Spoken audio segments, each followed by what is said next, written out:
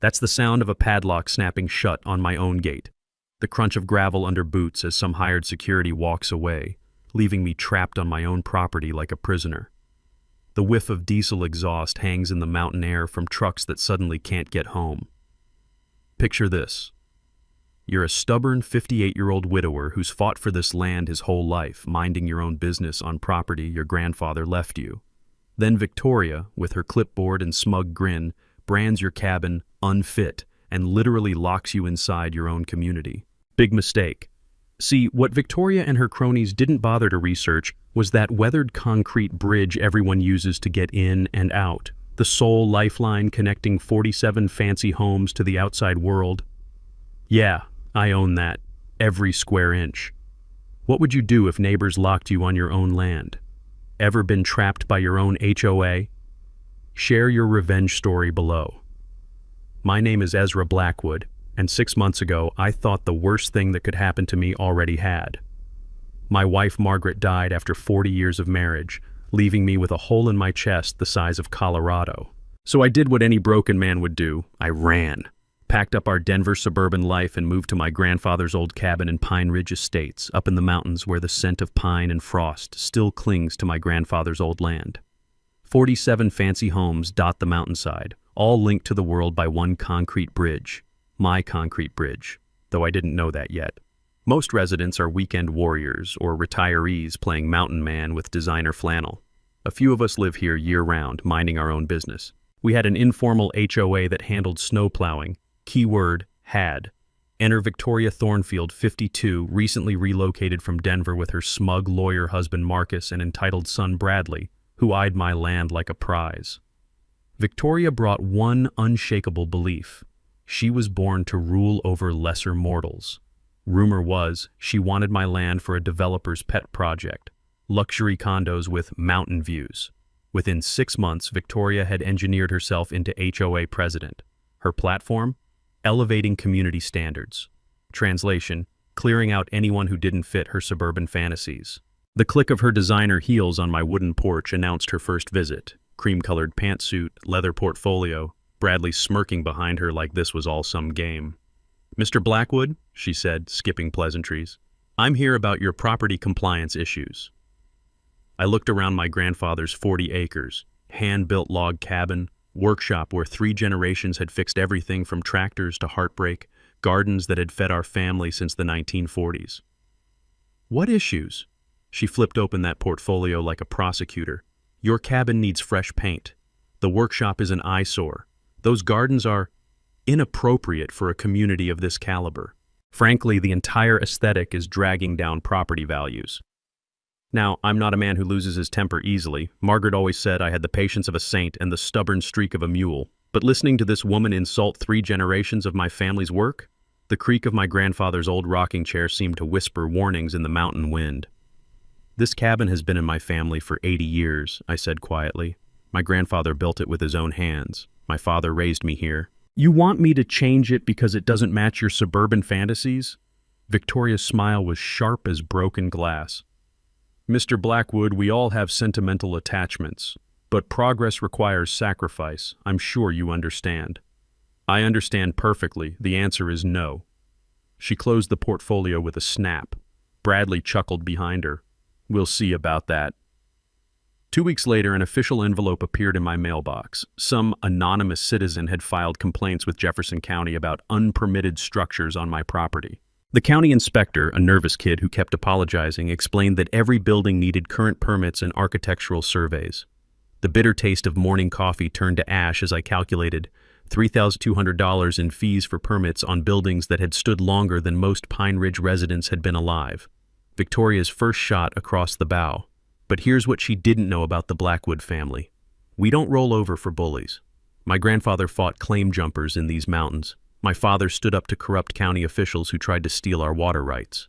That night, sitting in the workshop surrounded by 80 years of family history, I realized Victoria Thornfield had just picked a fight with the wrong man. Her words cut deeper than the mountain wind, but I wasn't about to let her win. She thought she was dealing with some grieving old fool who'd pack up and disappear. She had no idea who she was messing with. Ever had a neighbor try to control your life? Wait till you hear what I did next.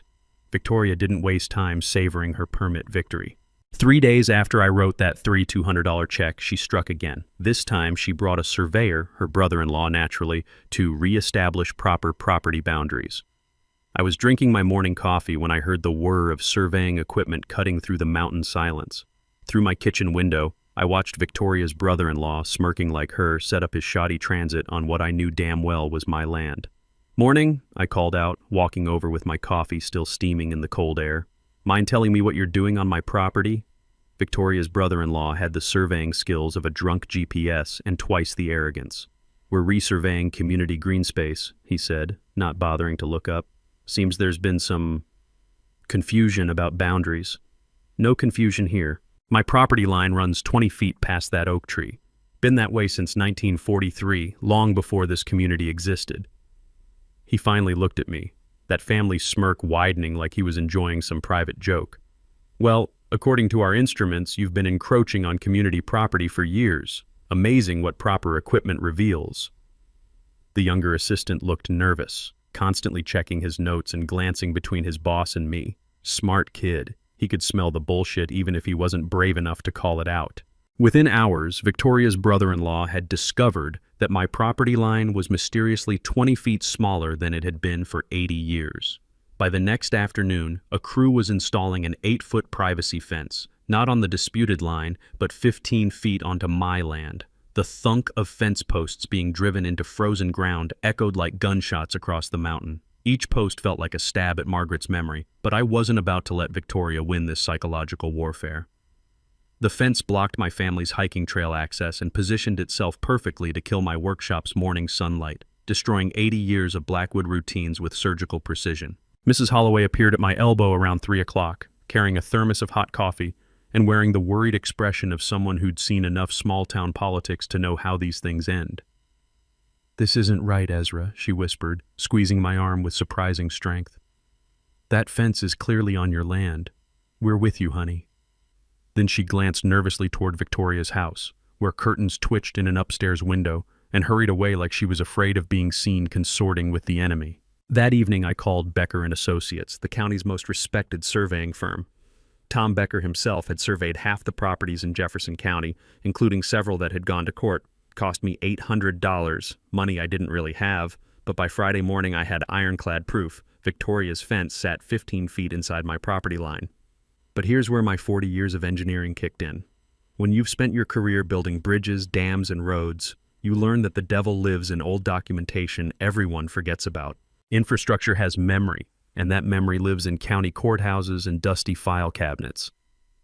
Saturday morning, I spent hours going through my grandfather's file boxes in the workshop, documents I hadn't touched since moving here.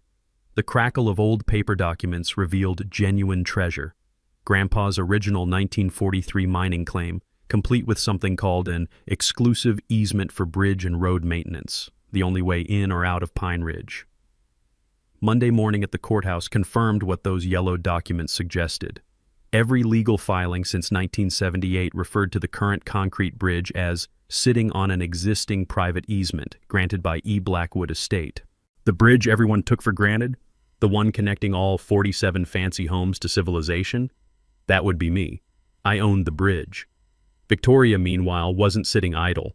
She called an emergency HOA meeting for Tuesday night, claiming I was in flagrant violation of community standards and demanding a $500 monthly fine for my ongoing illegal encroachment.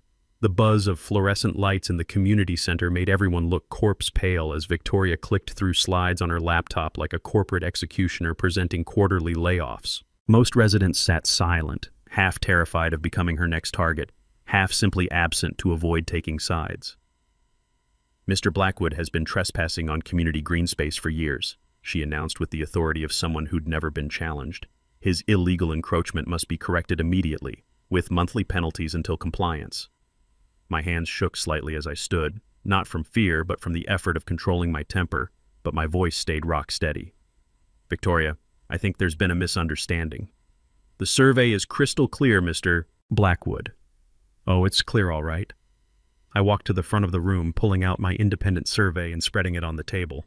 "This survey, conducted by Becker and Associates, people who actually know how to use surveying equipment, shows your fence is 15 feet onto my property." Victoria's face turned the color of a ripe tomato. That's impossible. What's impossible is how your brother-in-law got his surveying license. Cracker Jack box? Nervous laughter rippled through the room. Old Mr. Jenkins coughed, muttering just loud enough for everyone to hear. She's finally gone too far. Victoria slammed her laptop shut so hard I thought she'd crack the screen. The community has voted 7-2. You have 30 days to comply or face escalating daily fines. I nodded calmly and headed for the door, then turned back with the kind of smile that had made opposing contractors nervous for 4 decades. Victoria, you might want to check who actually owns that bridge you drove over to get here tonight. Spoiler alert, it's not the HOA. The look of confusion and dawning horror on her face was worth every penny of those permit fees. Ever had a neighbor try to steal your land? Wait till you see what I do with that bridge. Victoria's response to my bridge hint was swift and petty, like watching a toddler throw a tantrum with a law degree. By Thursday morning, 3 different harassment campaigns were already in motion. First came the mailbox war. A certified letter informed me that my hand-carved wooden mailbox, the one I'd made from oak off my own land, didn't meet community aesthetic standards. I needed to replace it with an approved model from Mountain Vista Landscaping within 10 days. I called Mountain Vista out of curiosity. The owner? Bradley Thornfield, Victoria's charming son who'd apparently graduated from college dropout to mailbox mogul. Price for their standard community mailbox? $340 for what looked like a $40 plastic box from Home Depot with fancy lettering. Victoria had turned nepotism into an art form. Too bad she'd picked the wrong artist to scam.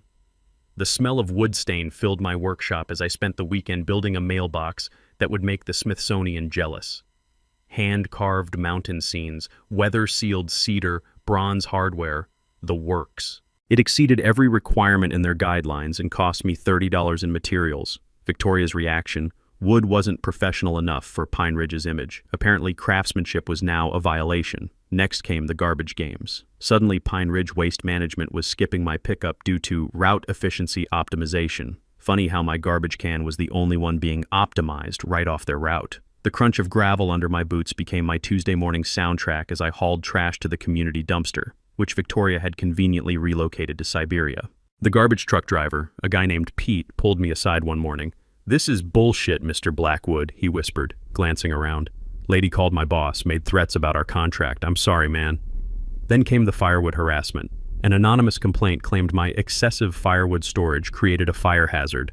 Fire Marshal Rodriguez, a decent guy caught in Victoria's web, had to inspect my neatly stacked cords. "This is the cleanest woodpile in the county," he said, shaking his head. "Someone's using my department as their personal revenge service." But here's where Victoria overplayed her hand. She started spreading rumors at Murphy's Diner about how my non-conforming cabin was destroying property values. Loud enough for Sarah Chen, a property rights attorney, grabbing lunch, to overhear every word. Sarah called that afternoon. "Mr. Blackwood, I couldn't help noticing some concerning harassment patterns. Want to discuss your legal options over coffee?"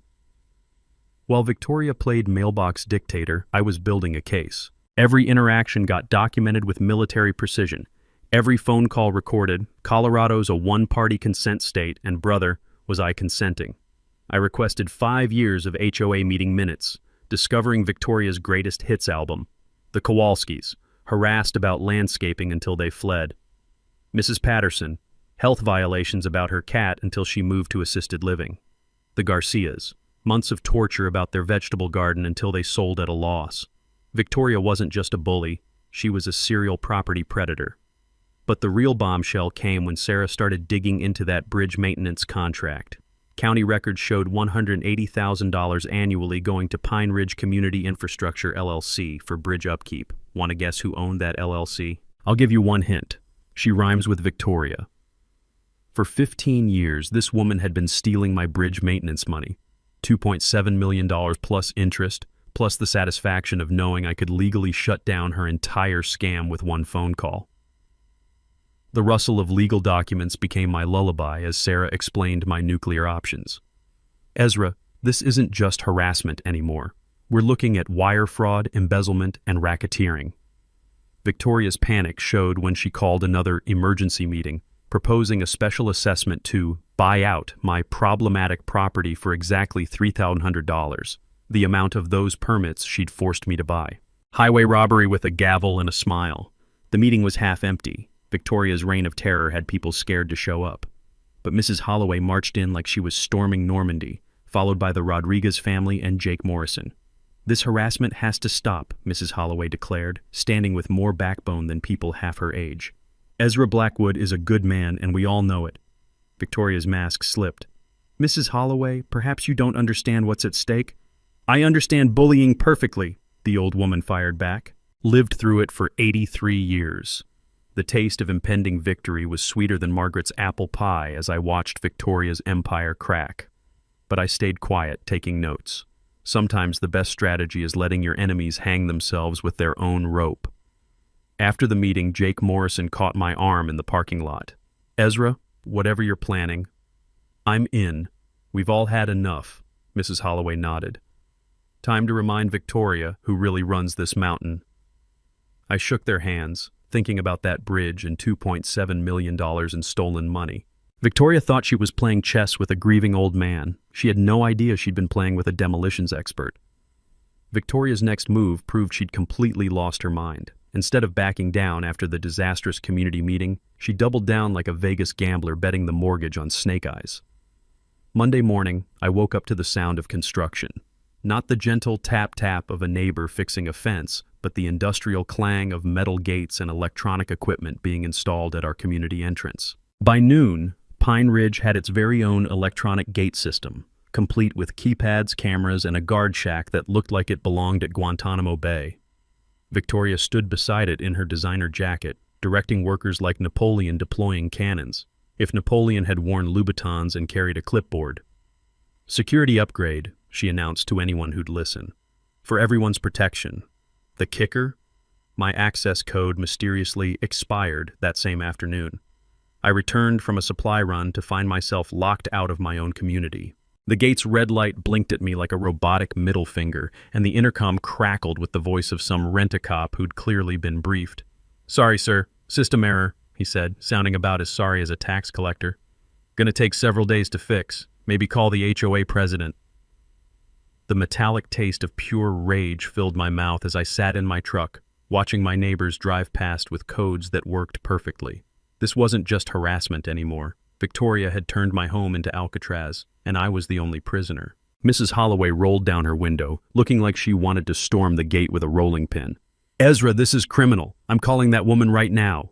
"Don't worry," I said, photographing everything with my phone. She just handed me a felony case on a silver platter. While Victoria celebrated her electronic cage, I was speed-dialing Sarah Chen, who nearly spit out her coffee when I described the situation. "She locked you out?" "Ezra, that's unlawful restraint. She just upgraded from civil harassment to criminal charges faster than you can say stupid criminal." Deputy Martinez arrived within an hour, took one look at the gate blocking my driveway, and started shaking his head like he'd seen every flavor of human stupidity. "Ma'am," he told Victoria, "you can't imprison a property owner on his own land. That's false imprisonment, and it's a felony." Victoria's response was peak entitled Suburbanite. "Officer, I'm sure you don't understand the legal complexities of HOA governance and community safety protocols." "Lady, I understand handcuffs," Martinez cut her off. "Open the gate, now." But here's where I played my nuclear option. While Victoria argued with the deputy, Sarah was filing emergency injunctions and serving notice to the Colorado Department of Transportation about irregularities in bridge maintenance payments. CDOT doesn't mess around when highway funds go missing. Within 48 hours, forensic accountant Williams was dissecting Pine Ridge's finances like a coroner examining a suspicious death. What he found turned Victoria's petty crime spree into a federal case.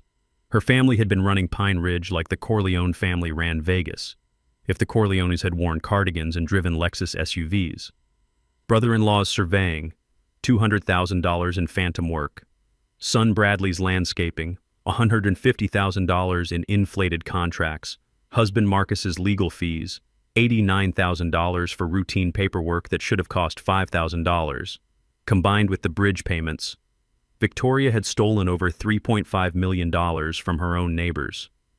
That night, the distinctive hum of industrial shredders could be heard from Victoria's house. Apparently, someone was having a midnight document barbecue. Too bad Williams had already downloaded everything from the county's digital archives. The community's reaction was like watching a dam burst. Jake Morrison organized an emergency meeting at Murphy's Diner, and 23 residents showed up with receipts, invoices, and stories that would make a prosecutor salivate. "She charged us $8,000 for emergency road repair," fumed the Garcias. Turned out to be her nephew throwing some gravel in a pothole. Mrs. Patterson's daughter drove up from Denver with a folder full of fraudulent bills. Mom paid $3,000 for community lighting upgrades, found the same solar lights at Walmart for $89. The rumble of angry voices filled the diner as resident after resident realized they'd been funding Victoria's lifestyle for years. The woman hadn't just been stealing money. She'd been stealing their trust, their peace, and their community. But Victoria wasn't going quietly into that good night.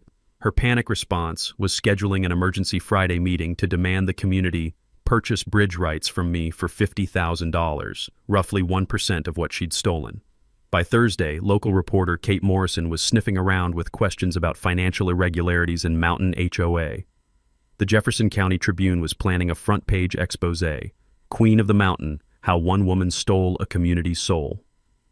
Friday evening, I sat on my porch watching the sunset paint the mountains gold, thinking about my grandfather's honest bridge and all the lies built on top of it. Tomorrow night, Victoria Thornfield was going to discover what happens when you corner a Blackwood on his own mountain. This was going to be fun. The bombshell that changed everything came Tuesday morning in a manila envelope thick enough to choke a horse. Sarah Chen had been busy with her forensic accountant, and what they'd uncovered made Victoria's gate stunt look like a parking violation. "Ezra," Sarah said over the phone, barely containing her excitement, "you need to sit down for this, and maybe pour yourself something stronger than coffee." The financial audit revealed Victoria hadn't just been stealing community funds. She'd been running a criminal enterprise that would make the Sopranos look like amateur pickpockets. The bridge maintenance scam was just the appetizer to a feast of fraud. The rustle of documents filled my kitchen as I spread Sarah's findings across my grandfather's old oak table. Every improvement project over 8 years had been inflated, falsified, or completely fictional. Snow removal contract? Victoria's cousin charged $40,000 annually for work worth $8,000. Emergency septic repairs? Brother-in-law's plumbing company billed $75,000 for replacing perfectly functioning systems. Even the community newsletter was a grift, $15,000 annually for Victoria's personal propaganda sheet. Marcus's law firm had been billing legal consultations that consisted mainly of teaching Victoria new ways to steal. Bradley's landscaping business existed solely to turn $20 worth of daisies into $500 invoices. The kid couldn't grow mold in a shower, but he could sure grow invoices. Total theft, $847,000 from community funds, plus $2.7 million in bridge payments. But here's where Sarah hit pay dirt that explained everything. Buried in 1962 property records, she'd discovered the real reason Victoria wanted me gone.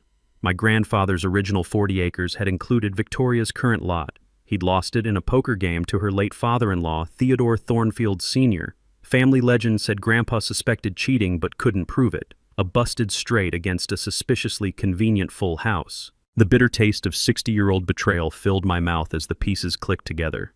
Victoria had known about my bridge ownership from day one. Her entire harassment campaign wasn't about community standards. It was revenge for a poker game older than color television, wrapped in the biggest HOA theft in Colorado history. The criminal picture was stunning in its scope. Williams, the forensic accountant, called it organized crime in cardigans, a systematic looting operation disguised as community improvement. Forged invoices, phantom work orders, kickback agreements hidden in legitimate contracts. Victoria's desperation was showing in real time. Marcus had quietly filed for divorce 2 weeks ago, citing irreconcilable differences. Lawyers speak for, "My wife's a criminal and I'm heading for the hills before the handcuffs come out." Bradley had been frantically trying to withdraw money from his business accounts, only to discover the IRS had frozen everything pending audit. Apparently, paying taxes on stolen money hadn't occurred to the landscaping genius. The power dynamic had flipped completely. Victoria was no longer the predator stalking an isolated widower. She was a cornered embezzler facing federal charges, civil lawsuits, and the spectacular collapse of her stolen empire. The sound of gravel crunching in my driveway announced County Commissioner Walsh, looking like he'd rather wrestle bears than have this conversation. "Mr. Blackwood," he said, hat literally in hand. "We need to discuss Friday's meeting. There are some irregularities requiring immediate attention." Irregularities, like calling the Hindenburg a minor heating issue. "Commissioner," I said, offering coffee, "what we need to discuss is how Pine Ridge will elect a new HOA board and recover $3.5 million in stolen funds." His relief was visible from space. The county had been dodging Victoria's political connections for years. Now they had a victim willing to fight and evidence that would make prosecutors weep with joy. Friday night wasn't going to be about bridge ownership anymore. It was going to be Victoria Thornfield's very public, very permanent downfall. Margaret always said justice was patient. She never mentioned how satisfying it could be when it finally arrived. Wednesday morning transformed my grandfather's workshop into a war room that would make the Pentagon jealous. Sarah Chen arrived at dawn with 2 briefcases full of evidence and a smile sharp enough to perform surgery. "Ezra," she said, spreading documents across my workbench like a general planning D-Day, "Victoria Thornfield just handed us the legal equivalent of a royal flush. Time to go all in and watch her fold." My team was small, but deadlier than a nest of vipers. Sarah Chen, property rights attorney with a 20-year track record of destroying corrupt HOAs. Miguel Santos, forensic accountant and former FBI white-collar investigator who'd unraveled 3 Ponzi schemes and one spectacularly crooked casino. Rebecca Stone, civil rights lawyer working pro bono because she'd grown up watching small-town tyrants crush honest people.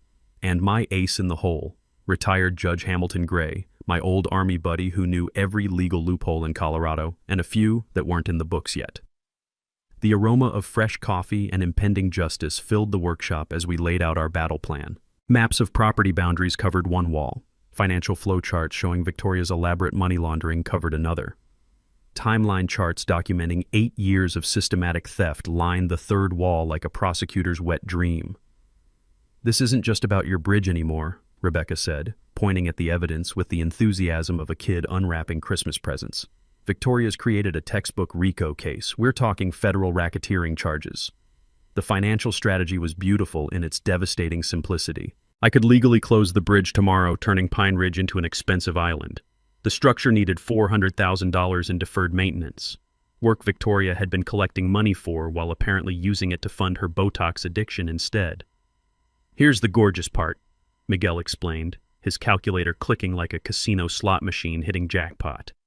"She owes you $2.7 million in bridge payments, plus the community's $847,000 in embezzled funds, plus triple damages for fraud. We're talking north of $8 million in total liability." Meanwhile, Victoria was having what could charitably be called a complete meltdown. Sources at the county courthouse reported she'd shown up Tuesday demanding to speak to someone in charge about harassment by rogue attorneys. When told the investigation was legitimate, she'd reportedly screamed about corrupt government officials before storming out in her Lexus. The community organizing was pure poetry in motion. Mrs. Holloway had weaponized her Bridge Club network, spreading truth faster than Victoria had once spread lies. Every coffee morning, book club meeting, and grocery store encounter became a tactical briefing. "Honey," she told me Thursday morning, "these women have been suspicious for years. Victoria's designer wardrobe while we're paying emergency assessments? Her annual business trips to Europe? We're not stupid, we just needed someone with the backbone to fight." Jake Morrison had rallied every working-class resident who'd ever been on Victoria's target list. The informal alliance included contractors, handymen, teachers, and nurses, people who actually worked for their money instead of stealing it from neighbors. Maria Rodriguez brought evidence that would make prosecutors weep with joy. Photos of Victoria's professional landscaping that consisted of throwing wildflower seeds on dirt and charging $5,000 per yard. "She fined us for hanging laundry outside," Maria said, her nurse's composure cracking with righteous anger. "Called it unsightly. This from a woman stealing our money to fund plastic surgery and complaining about our clean clothes." The click of computer keyboards became our evening soundtrack as we compiled evidence into presentations so damning they should come with warning labels. Every fraudulent invoice, every inflated contract, every kickback payment was documented with precision that would impress an IRS auditor during tax season. The media strategy was chef's kiss perfect. Reporter Kate Morrison wasn't just covering local corruption anymore, she was documenting the biggest municipal fraud case in Colorado history. Denver TV stations were sending crews. A true crime podcast called Bridge to Nowhere was already in production. Victoria's political protection had evaporated faster than water in Death Valley. County Commissioner Walsh publicly announced a comprehensive investigation into governance irregularities. The state attorney general was asking pointed questions about oversight and accountability. The whir of my old printer working overtime became the soundtrack of approaching justice. We prepared 47 identical evidence packets, one for every household, containing Victoria's criminal greatest hits and calculations showing exactly how much each family had lost to her schemes. Bridge inspection reports confirmed what I'd suspected. The structure needed immediate repairs that Victoria had been collecting money for but never performing. Engineering analysis proved I could legally close it for safety reasons, effectively holding the entire community hostage until someone ponied up $400,000. Hamilton Gray provided the legal coup de grace. "You don't need to destroy Victoria," he said, reviewing our evidence with professional satisfaction. "She's already destroyed herself. We just need to document the spectacular explosion." By Thursday evening, everything was locked and loaded, evidence ready, media alerted, law enforcement briefed, Victoria isolated and panicking. Friday night was going to be more entertaining than Netflix and twice as satisfying. Time to show Victoria what happened when you picked a fight with the wrong mountain man. Victoria's descent into full-blown criminal desperation began Thursday morning when she hired a private investigator to dig up dirt on my past. Unfortunately for her, she'd picked the wrong target for a smear campaign. The PI, a sleazy guy named Kruger who looked like he'd failed the police academy twice, spent exactly 3 days investigating Ezra Blackwood before having what could only be described as a crisis of conscience. "Mr. Blackwood," he said, appearing at my door Friday morning looking embarrassed enough to hide under a rock, "I need to return Mrs. Thornfield's money and give you some information. Turns out my military service record and engineering awards made me look like a Boy Scout compared to Victoria's criminal enterprise." But Kruger had discovered something even more damaging. Victoria's previous HOA conflicts in Denver, where she'd used identical tactics against 3 different communities before fleeing to Pine Ridge. "She's a serial HOA predator," Kruger explained, handing me a thick file.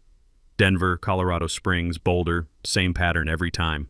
Take over the board, install family members as contractors, steal everything that isn't nailed down, then disappear when the heat gets too intense." The rustle of damning evidence felt like Christmas morning as I flipped through photos of Victoria's previous victims and their remarkably similar stories.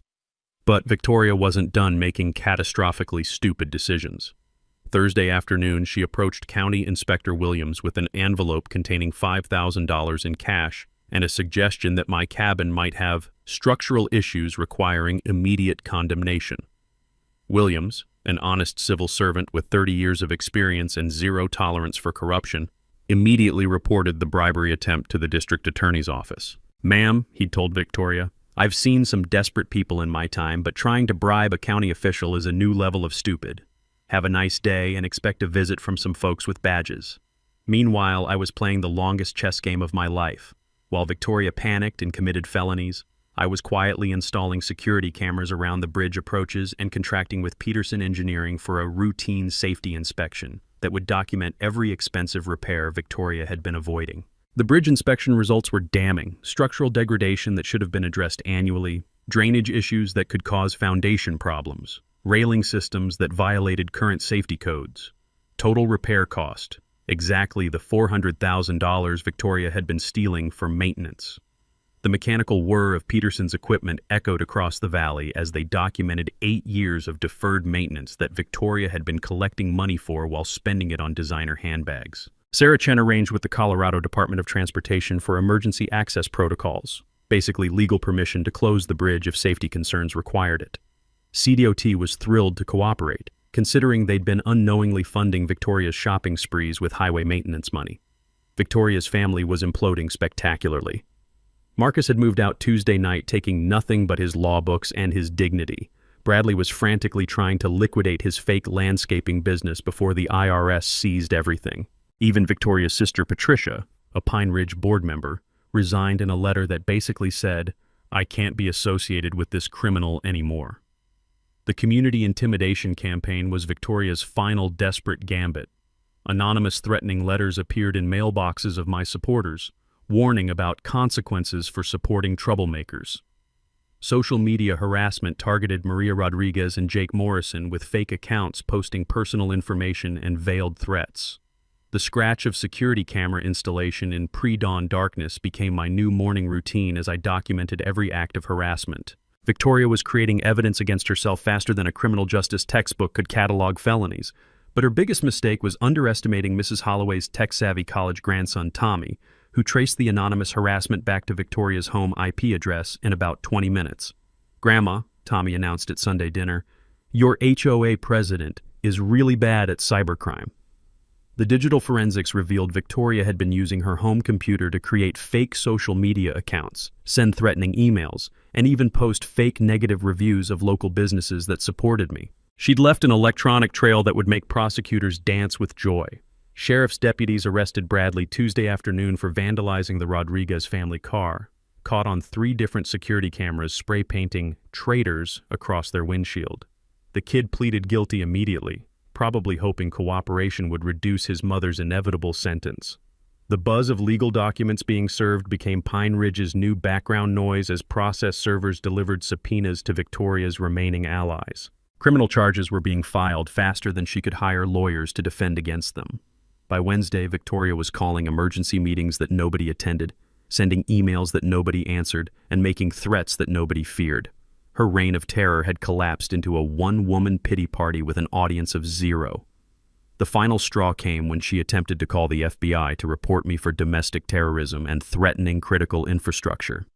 The agent who took her call reportedly listened for 5 minutes before suggesting she might want to hire a really good criminal defense attorney. Thursday night, I sat on my porch watching Victoria's house where lights burned until dawn as she presumably shredded documents and packed bags. Tomorrow's community meeting was going to be the final act of her very public downfall. Margaret always said desperate people make desperate choices. She never mentioned how entertaining those choices could be to watch.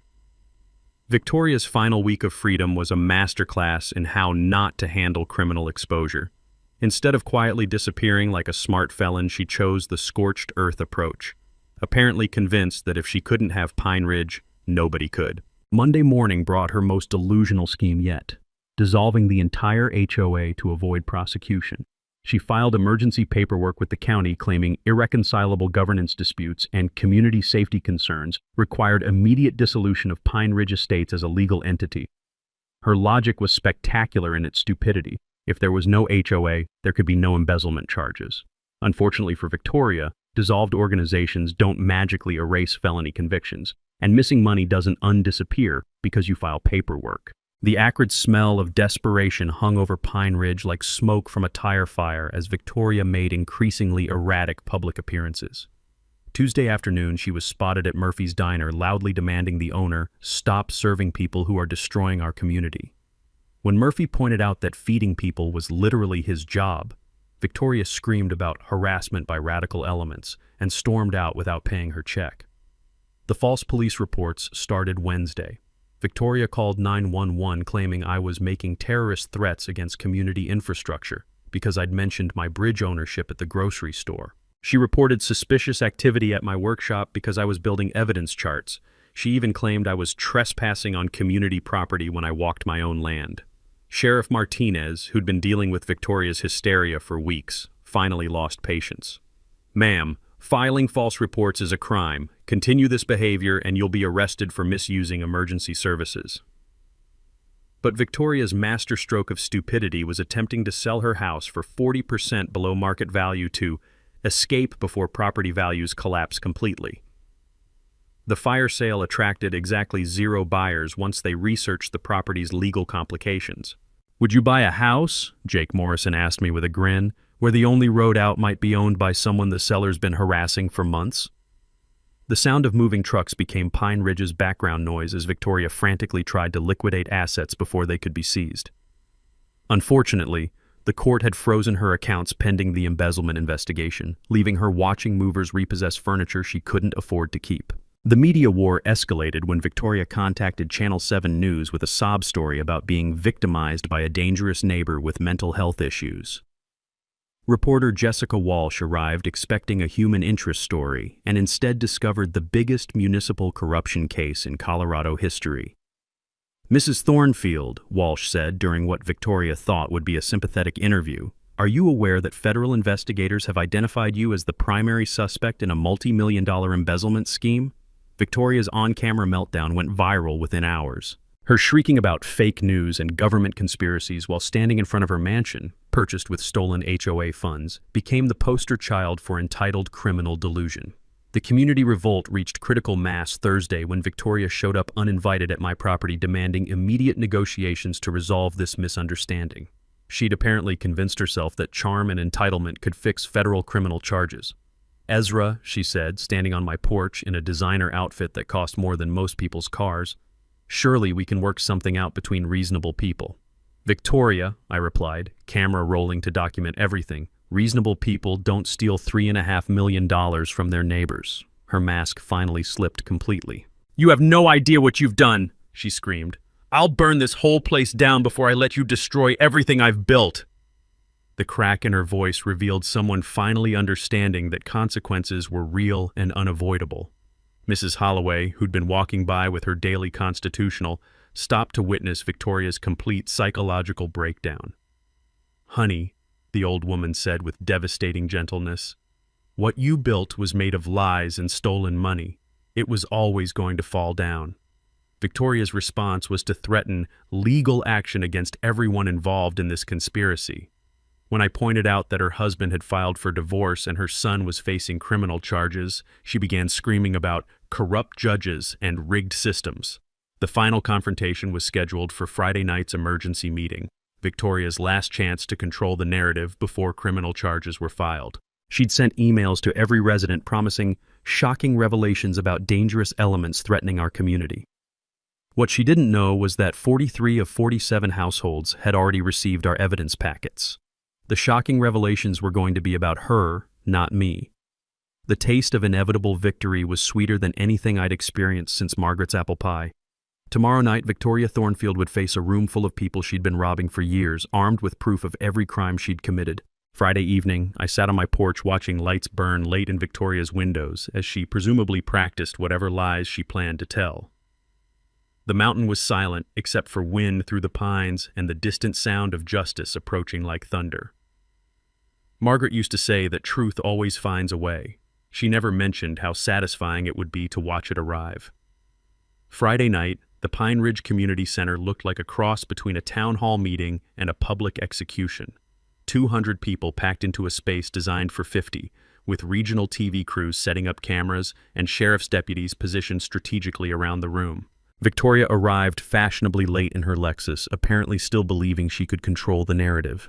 She wore her most expensive outfit, a cream-colored suit that probably cost more than most residents' monthly mortgage payments, and carried herself with the delusional confidence of someone who'd never faced real consequences. The buzz of anticipation filled the room as she strode to the podium like she was accepting an award instead of facing a firing squad of angry neighbors armed with evidence of her crimes.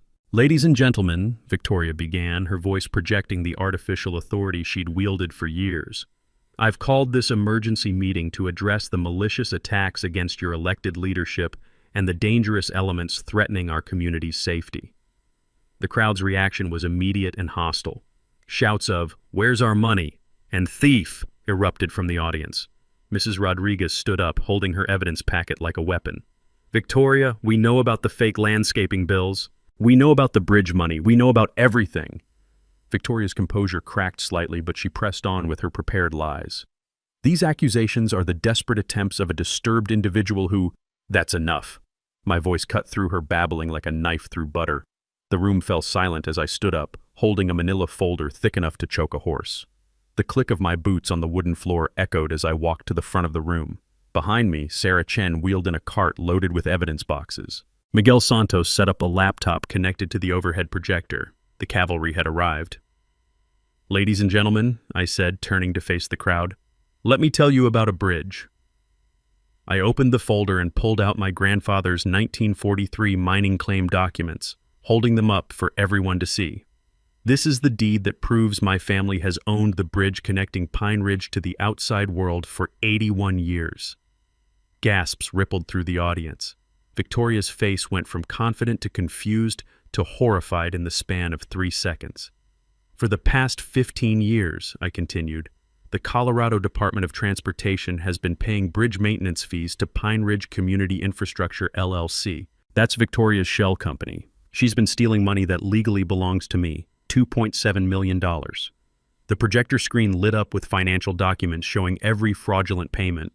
The crowd's murmur turned into an angry roar as they saw the scope of Victoria's theft. But that's not all, I said, enjoying every second of Victoria's growing panic.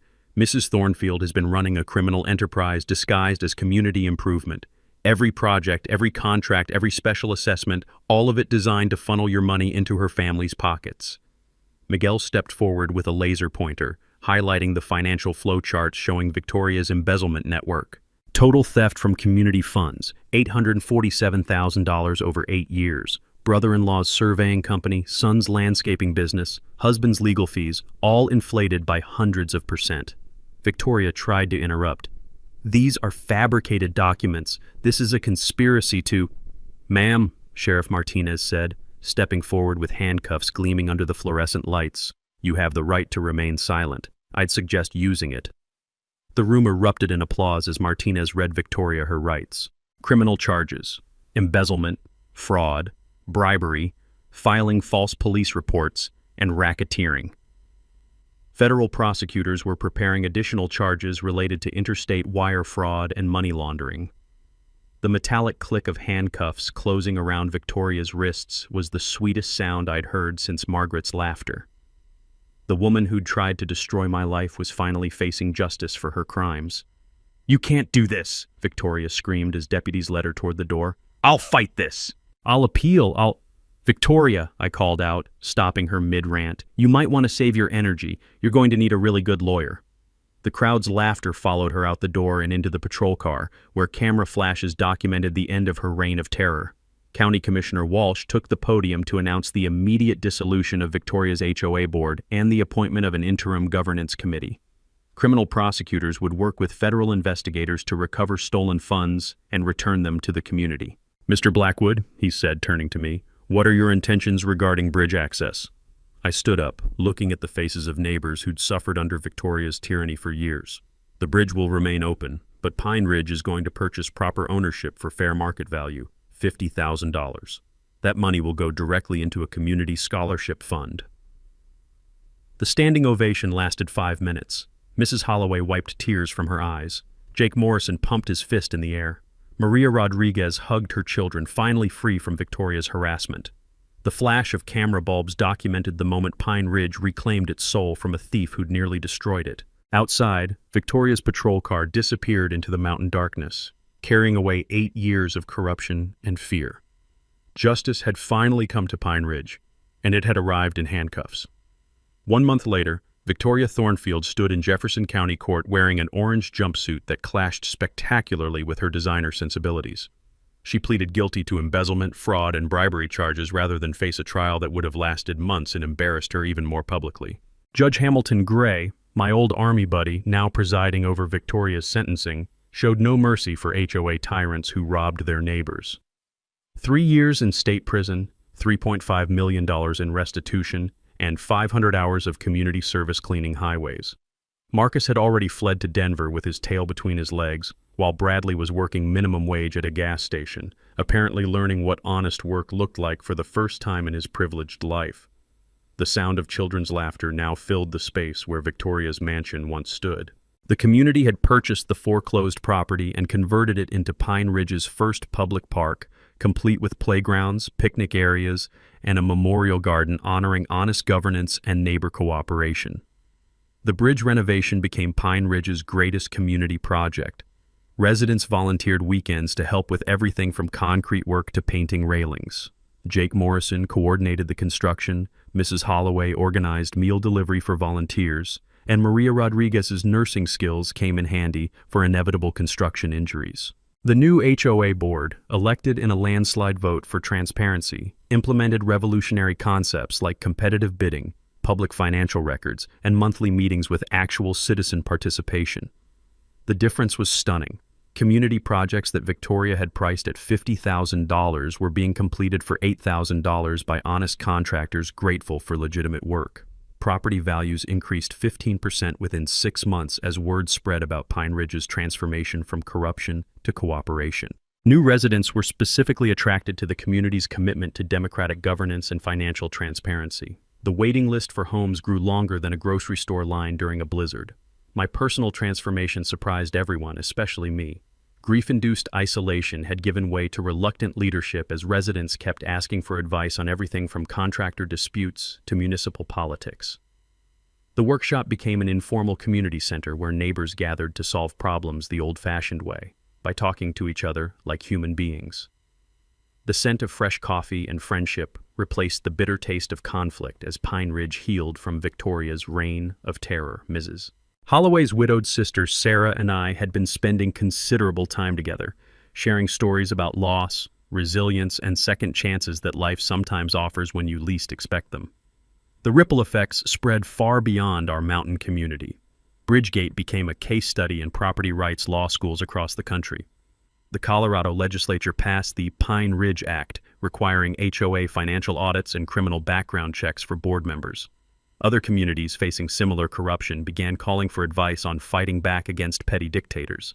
Documentary filmmaker Rebecca Martinez optioned our story for an independent film titled The Bridge to Justice. The advance money went directly into Pine Ridge's scholarship fund, which had already sent 3 local kids to college with full rides. Victoria's theft had inadvertently funded the next generation's education. Local businesses thrived without Victoria's intimidation and kickback schemes. Murphy's Diner became the unofficial community center, hosting monthly democracy dinners where residents discussed local issues over home-cooked meals. The economic boost was remarkable. Turns out honest governance was good for business.